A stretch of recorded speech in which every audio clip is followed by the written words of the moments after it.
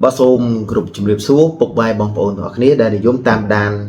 នៅ page channel ជឿជាក់របស់ខ្ញុំបាទអញ្ចឹងថ្ងៃនេះខ្ញុំបាទមាននៅដំណឹងល្អជម្រាបជូនពុកម៉ែបងប្អូនជនរួមជាតិនៃប្រជាជាតិចក្រកម្ពុជារបស់យើងដែលពុកម៉ែបងប្អូនក៏ដូចជាជនរួមជាតិជាច្រើនទូទាំងប្រទេសបាននឹងទន្ទឹងរង់ចាំអស់រយៈកាលជាច្រើនថ្ងៃខែមកហើយអញ្ចឹងគឺតាក់ទងជាមួយនឹងសភាពការថ្មីជាពិសេសចំនួនព្រំដែនរវាងប្រទេសកម្ពុជាជាមួយនឹងភាគីប្រទេសថៃផងដែរជាពិសេសនៅទិសខាងភូមិជោគជ័យក៏ដូចជាភូមិព្រៃច័ន្ទឃុំអូ3ជាន់ស្រុកអូជ្រៅខេត្តបន្ទាយមានជ័យអញ្ចឹងក្នុងនាមជាអ្នកតាមដាននៅសភាពការក៏ដូចជាព្រឹត្តិការណ៍សង្គមថ្ងៃនេះខ្ញុំក៏ទទួលបាននៅដំណឹងល្អហើយដែរពីសំណាក់រាជរដ្ឋាភិបាលនៃប្រទេសកម្ពុជារបស់យើងបើទោះបីជារឿងរ៉ាវទាំងនេះមិនទាន់បានហៅថាជាស្ថាពរ 100% យ៉ាងណាក៏ដោយតែយ៉ាងហោចណាស់ក៏យើងទទួលបាននៅលទ្ធផលជាទីគាប់ចិត្តផងដែរបន្ទាប់ពីរដ្ឋាភិបាលនៃប្រទេសកម្ពុជារបស់យើងមេតបប្រទេសកម្ពុជារបស់យើងក៏ដូចជាឋានៈដឹកនាំសំខាន់ប្រទេសកម្ពុជារបស់យើងបានខ្នះខ្នែងអស់ជាច្រើនថ្ងៃខែផងដែរបាទហើយជាពិសេសនោះពុកម៉ែបងប្អូនមួយចំនួនក៏បានឃើញហើយថាកិច្ចប្រជុំ GBC នៅឯប្រទេសថៃដែលជាទឹកដីប្រជាជនចក្រថៃនោះថៃធ្វើជាម្ចាស់ផ្ទះនោះគឺបានធ្វើការប្រជុំការប្រយុទ្ធមិញយើងអាចនិយាយបានថាពាក់កណ្ដាលយុគប៉ុន្តែក៏យើងអាចនិយាយថាសឹងតែឆ្លងចូលមកថ្ងៃទី23ខែតុលាហើយបាទអញ្ចឹងនៅក្នុងថ្ងៃនេះទី23ខែតុលាឆ្នាំ2025នេះខ្ញុំបានដកស្រង់នៅសារដ៏មាននៅសារៈសំខាន់ក៏ដូចជាសារដែលមាននៅអត្ថន័យដែលបងប្អូនជនរួមជាតិពិតជាចង់នៅសម្ដាប់ក៏ដូចជាចង់ដឹងថាតើសារអ្វីគឺថ្ងៃនេះខ្ញុំបានដកស្រង់ចេញពីសាររបស់សម្ដេចនាយករដ្ឋមន្ត្រីនៃប្រជាជាតិចក្រកម្ពុជារបស់យើងអញ្ចឹងខ្ញុំសូមអានយកតែម្ដងបាទអញ្ចឹងសម្ដេចធិបតីហ៊ុនម៉ាណែតបានមានប្រសាសន៍ថាបងប្អូនជនរួមជាតិជាទីស្រឡាញ់បាទថ្ងៃនេះខ្ញុំសូមជម្រាបជូនបងប្អូនខ្លះអំពីការខិតខំដោះស្រាយបញ្ហានៅភូមិជោគជ័យនិងភូមិព្រៃច័ន្ទដោយសារស្ថានភាពបានបោះមួយជំហានទៅមុខប្រកបដោយភាពច្បាស់លាស់ជាងពេលមុនដោយភាគីទាំងពីរបាទភាគីទាំងពីរបានន័យថាភាគីសៀមហើយនិងភាគីកម្ពុជាបាទដោយភាគីទាំងពីរបាទអាចយកគោលការណ៍បច្ចេកទេសនិងច្បាប់មកជជែកគ្នាដើម្បីរកដំណោះស្រាយមួយដោយសន្តិវិធីបញ្ហាដែលកើតមានឡើងនៅភូមិជោគជ័យនិងភូមិព្រៃច័ន្ទដែលចាប់ផ្ដើមឡើងពីការប្រើប្រាស់លួសបន្លានិងកង់ឡានរបស់យោធាថៃធ្វើការហុំព័ទ្ធផ្ទះនិងដីស្រែអាស្រ័យផលបាទនិងដីអាស្រ័យផលមួយចំនួនរបស់ប្រជាពលរដ្ឋនៅទីនោះក្នុងរយៈពេលជាង2ខែកន្លះមកបានបង្កនៅការលំបាកដល់ប្រជាពលរដ្ឋដែលរងគ្រោះដោយផ្ទាល់ក៏ដូចជាប្រជាពលរដ្ឋដទៃទៀតដែលកំពុងរស់នៅក្នុងភូមិទាំងពីរបញ្ហានេះក៏បានបង្កនូវភាពតានតឹងក្នុងអារម្មណ៍របស់ប្រជាពលរដ្ឋខ្មែរយើងទាំងក្នុងនិងក្រៅប្រទេសដែលតាមដាននៅបញ្ហានេះសម្ដេចធិបតីបានបន្តនៅក្នុងសាររបស់លោកទៀតថាគោលដៅរបស់រាជរដ្ឋាភិបាលតាំងពីដំបូងគឺធ្វើយ៉ាងណាដើម្បីទប់ស្ថានភាពឬក៏ទប់សភាពការដែលកើតមានកុំឲ្យរីករាលដាលដែលនាំឲ្យប៉ះពាល់ដល់ប្រជាពលរដ្ឋកាន់តែច្រើននិងកាន់តែមានកម្រិតធ្ងន់ធ្ងរ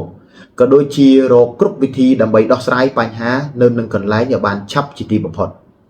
ដើម្បីសម្រេចគោលដៅនេះរាជរដ្ឋាភិបាលបានប្រកាន់យកនៅអភិក្រមក្នុងការខិតខំដោះស្រាយបញ្ហាក៏ដូចជាដោះស្រាយដោយភាពអត់ធ្មត់និងការប្រើប្រាស់មធ្យោបាយសន្តិវិធីក្នុងការស្វែងរកដំណោះស្រាយព្រោះការប្រើប្រាស់មធ្យោបាយហិង្សាណាមួយមិនត្រឹមតែមិនអាចរកដំណោះស្រាយបាននោះទេប៉ុន្តែអាចនាំដល់ការពង្រីកភូមិសាស្ត្រនៃចំនួននិងបង្កផលប៉ះពាល់ដល់ប្រជាពលរដ្ឋកាន់តែច្រើននិងកាន់តែធ្ងន់ធ្ងរក៏ដូចជាការបង្កការលំបាកនៅក្នុងការស្វែងរកដំណោះស្រាយបញ្ចប់បញ្ហាឲ្យបានឆាប់សម្ដេចបានបន្តទៀតថាខ្ញុំយល់ពីអារម្មណ៍របស់បងប្អូនប្រជាពលរដ្ឋដោយសារវិធីសាស្ត្រត្រជាក់ដែលរាជរដ្ឋាភិបាលបានប្រកាន់យកនៅពេលកន្លងមកពេលខ្លះមិនអាចទទួលបាននូវលទ្ធផលដែលយើងចង់បានភ្លាម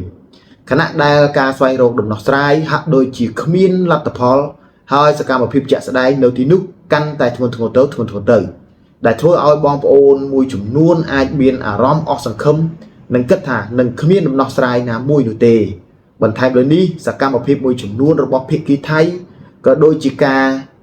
រាវមីនការបែងចែកដីឲ្យពលរដ្ឋថៃឬការបំផ្លាញអគារនៅក្នុងកន្លែងដែលកងទ័ពថៃបានហុំព័ទ្ធរួចទៅហើយបានធ្វើឲ្យប្រជាពលរដ្ឋកាន់តែមានអារម្មណ៍ថាប្រហែលជានឹងគ្មានដំណោះស្រាយហើយអ្នកណាខ្លះរហូតដល់មានការយល់ច្រឡំថា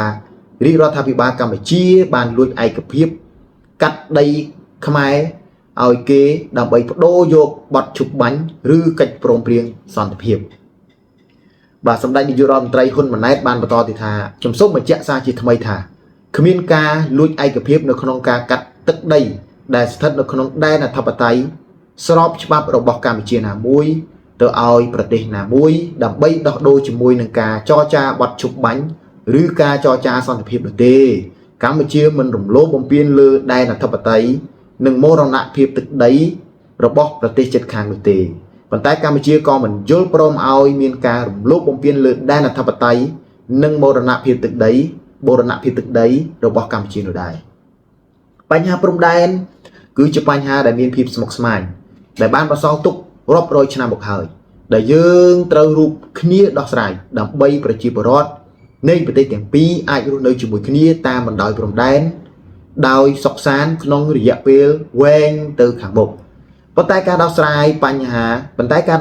ណាមួយដែលអាចទទួលយកបានគឺត្រូវផ្អែកលើគោលការណ៍តម្លាភាពមានការឯកភាពគ្នាដោយគ្មានការបង្ខិតបង្ខំរវាងភាគីទាំងពីរបានន័យថាភាគីសៀមហើយនិងភាគីកម្ពុជាព្រមទាំងផ្អែកលើមូលដ្ឋានសន្តិសញ្ញា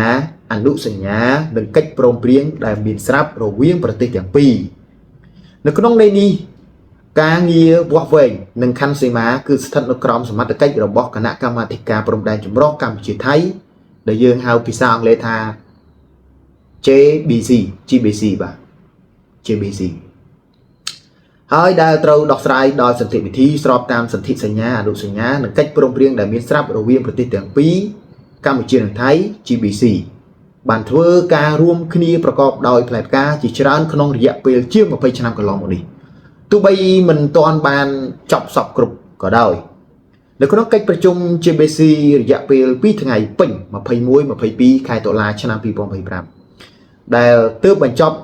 នៅរំលងអត្រាចូលថ្ងៃទី23តុលា2025នេះភាគីទាំងពីរបានពិភាក្សាគ្នាយ៉ាងល្អិតល្អន់ពាក់ព័ន្ធនឹងការស្វែងរកដំណោះស្រាយដោយតម្លាភាពនិងត្រឹមត្រូវតាមគោលការណ៍ដែលបានឯកភាពគ្នាក្នុងបំណងឈានទៅដោះស្រាយបញ្ចប់បញ្ហានៅក្នុងភូមិជោគជ័យនិងភូមិព្រៃច័ន្ទចន្លោះបង្គោលព្រំដែនលេខ42និង47ដើម្បីស្វែងរកដំណោះស្រាយនេះភាគីទាំងពីរបានឯកភាពគ្នាបន្តធ្វើសកម្មភាពតាមលក្ខណៈបច្ចេកទេសដើម្បីកំណត់ការវាស់វែងរួមគ្នានិងបោះបង្គោលបណ្ដោះអាសន្នដោយប្រើប្រាស់ផែនទី1ភាគ2សែនបាទ 200.03 បាទអញ្ចឹងខ្ញុំនឹងដាក់បញ្ជាក់ជូននៅផ្ទៃខាងក្រោយទៀតបន្ថែមបាទនៃសន្ធិសញ្ញា1907និងកំណត់ហេតុបោះបង្គោលរបស់គណៈកម្មាធិការបោះបង្គោលបារាំងសៀមធ្វើជាមូលដ្ឋានលទ្ធផលដែលទទួលបាននឹងផ្ទៀងផ្ទាត់ជាមួយការកាន់កាប់ជាក់ស្ដែងរបស់ប្រជាពលរដ្ឋទាំងសងខាងសម្រាប់ធ្វើការដោះស្រាយបន្តមានតែវិធីសាស្ត្រនេះទេទើបភាគីទាំងពីរអាចឈានទៅរកដំណោះស្រាយមួយដែលត្រឹមត្រូវសម្រាប់រយៈពេលវែងនឹងជួយឲ្យបញ្ហាដែលកើតមាននៅក្នុងភូមិជោគជ័យនិងព្រៃច័ន្ទអាចដោះស្រាយបញ្ចប់បានហើយប្រជាពលរដ្ឋអាចរស់នៅប្រកបរបរចិញ្ចឹមជីវិតជាប្រក្រតីឡើងវិញបានជៀសវាងអូសបន្លាយបញ្ហាឲ្យបន្តនៅរ៉ាំរ៉ៃរយៈពេលវែងទៅមុខបាទអញ្ចឹងនេះគឺជាសាររបស់សម្ដេចធិបតីហ៊ុនម៉ាណែតដែលបានលើកឡើងនៅក្នុងទំព័រ Facebook ផ្លូវការរបស់សម្ដេចតាក់ទងជាមួយនឹងកិច្ចប្រជុំGBC កន្លងទៅកាលពីថ្ងៃទី21 22រហូតដល់ពាក់កណ្ដាលយប់រំលងអត្រាឈានចូលដល់ថ្ងៃទី23តុលា2025នេះអញ្ចឹងចម្ងល់ទាំងអស់នេះគឺត្រូវបានបកស្រាយពីព្រោះមិនថាទាំងខ្ញុំជាអ្នកតាមដាននៅព្រឹត្តិការណ៍ សង្គមក៏ដូចជាពុកម៉ែបងប្អូនទាំងអស់គ្នាតែគិតហើយបាទពីព្រោះអីពីព្រោះយើងទាំងអស់គ្នាឃើញថាកំឡុងពេលថ្នាក់ដឹកនាំកំពុងតែប្រជុំដើម្បីរកដំណោះស្រាយបញ្ហាព្រំដែនជាពិសេសបញ្ហានៅក្នុងភូមិព្រៃច័ន្ទនិងភូមិជោគជ័យប៉ុន្តែយើងឃើញមានការបង្កហេតុពីភាគីយោធាថៃដែលចូលមកទាំងប្រក្លឿនដើម្បីធ្វើការឈូសឆាយផ្ទះសម្បែងប្រជាពលរដ្ឋកម្ពុជារបស់យើងបាទដូច្នេះហើយទាំងខ្ញុំទាំងបងប្អូនប្រជាពលរដ្ឋទាំងអស់តែងតែគិតថាតើការប្រជុំនឹងមានប្រសិទ្ធភាពកម្រិតណាតើរាជរដ្ឋាភិបាលរបស់យើងនឹងហេតុអីក៏នៅស្ងៀមស្ងាត់ឬក៏មានការឯកភាពស្ងាត់ជាមួយភាគីថៃដើម្បីដោះដូរនៅកិច្ចព្រមព្រៀងណាមួយឬក៏ដោះដូរជាមួយអ្វីមួយប៉ុន្តែនៅទីនេះរាជរដ្ឋាភិបាលកម្ពុជារបស់យើងដឹកនាំដោយសម្ដេចធិបតីហ៊ុនម៉ាណែតនាយករដ្ឋមន្ត្រីនៃព្រះរាជាណាចក្រកម្ពុជាលោកបានលើកឡើងច្បាស់ថាគ្មានទេនៅកិច្ចព្រមព្រៀងសម្ងាត់ដើម្បីមានការដោះដូរដីធ្លីគ្មានទេនៅការឯកភាពនៅការដោះដូរដែនអធិបតេយ្យភាពបូរណភាពទឹកដីរបស់ខ្លួនគឺគ្មានទេបាទហើយក៏មិនមានបំណងក៏មិនមានគោលការណ៍ក៏មិនមានគំនិតក្នុងការចង់រំលោភបំពានទៅយកប្រទេសជិតខាងណាមួយឬក៏រំលោភនៅដែនបូរណភាពទឹកដីណាមួយដែរនេះជាការលើកឡើងរបស់សម្ដេចហើយសម្ដេចសង្កត់ធ្ងន់ថាយើងមិនរំលោភបំពានយកទឹកដីគេដែនអធិបតេយ្យរបស់គេប៉ុន្តែក៏មិនអោយគេមកឈ្លានពានអាដែងមកចូលយកទឹកដីរបស់យើងសូម្បីតែ1មីលីម៉ែត្រដែរអញ្ចឹងត្រង់កន្លែងនេះក៏អាចឲ្យពុកម៉ែបងប្អូនមានភាពកក់ក្ដៅជឿជាក់ទៅលើរាជរដ្ឋាភិបាលរបស់យើងបន្តទៀតដែលលោកបានលើកឡើងយ៉ាងច្បាស់ហើយក្នុងនាមជាអ្នកតាមដាននៅព្រឹត្តិការណ៍សង្គមយើងនឹងតាមដានទាំងអស់គ្នាបន្ថែមទៀតជាមួយនឹង Page Channel ជឿជាក់នេះដើម្បីចង់ដឹងថាតើនៃការវិវត្តសភាពការថ្មីរបស់យើងឈានដល់កម្រិតណាហើយដែលឡែកនៅក្នុងថ្ងៃទី23តុលា2025នេះយើងក៏ទទួលបានអំពីលទ្ធផលនៃកិច្ចប្រជុំ GBC ដែលមានរដ្ឋមន្ត្រីព្រំកិច្ចទទួលកិច្ចការងារព្រំដែនបានទៅប្រជុំនៅឯប្រទេសថៃបាទរហូតដល់ពាក់កណ្ដាលយប់ទើបយើងទទួលបានលទ្ធផលយ៉ាងល្អប្រសើរហើយយើងដឹងហើយថាឥឡូវនេះខាងភាគីថៃហើយភាគីកម្ពុជាក៏បានឯកភាពក្នុងការទទួលយកនៃការប្រើប្រាស់ផែនទីមួយភាគដែល 200,000 នេះបាទនៅក្នុងសន្ធិសញ្ញាឆ្នាំ1907ដើម្បីកំណត់បោះបង្គោលបាទដើម្បីកំណត់បោះបង្គោលអញ្ចឹងគឺថាមានតែវិធីសាស្ត្រនេះទេទើបយើងអាចដោះស្រាយបញ្ហាដើម្បីកុំឲ្យវាមាននៅការរ៉ាំរ៉ៃបន្តទៀតបាទហើយអ្វីផ្សេងទៀតគឺយើងរាជរដ្ឋាភិបាលប្រទេសទាំងពីរក៏កំពុងតែតាមដាននៅសភាពការទាំងអស់នោះបាទហើយនេះគឺជាការវិវត្តសភាពការដែលថាការប្រជុំរវាងភាគីកម្ពុជានិងភាគីថៃយើងក៏ទទួលបានលទ្ធផលយ៉ាងល្អប្រសើរជាពិសេសក្នុងគោលបំណងដើម្បីបញ្ចប់នៅចំនួននៅក្នុងភូមិជោគជ័យភូមិព្រៃច័ន្ទឃុំអូបេជាន់ស្រុកអូជ្រៅខេត្តបន្ទាយមានជ័យរបស់យើងអញ្ចឹងយើងនឹងតាមដាននៅសភាពការទាំងអស់គ្នាបន្តទៀតក៏ដូចជាយើងនឹងតាមដាននៅការវិវត្តនៃកិច្ចប្រជុំបាទរបស់យើងផងដែរអញ្ចឹងព័ត៌មានសភាពការក៏ដូចជាការវិវត្តសភាពការថ្មីនៅក្នុងថ្ងៃទី23បាទខែតុលាឆ្នាំ2025ខ្ញុំសូមបញ្ចប់ត្រឹមនេះហើយយើងនឹងមានវីដេអូនៅវគ្គបន្តទៀតផងដែរសូមអរគុណច្រើន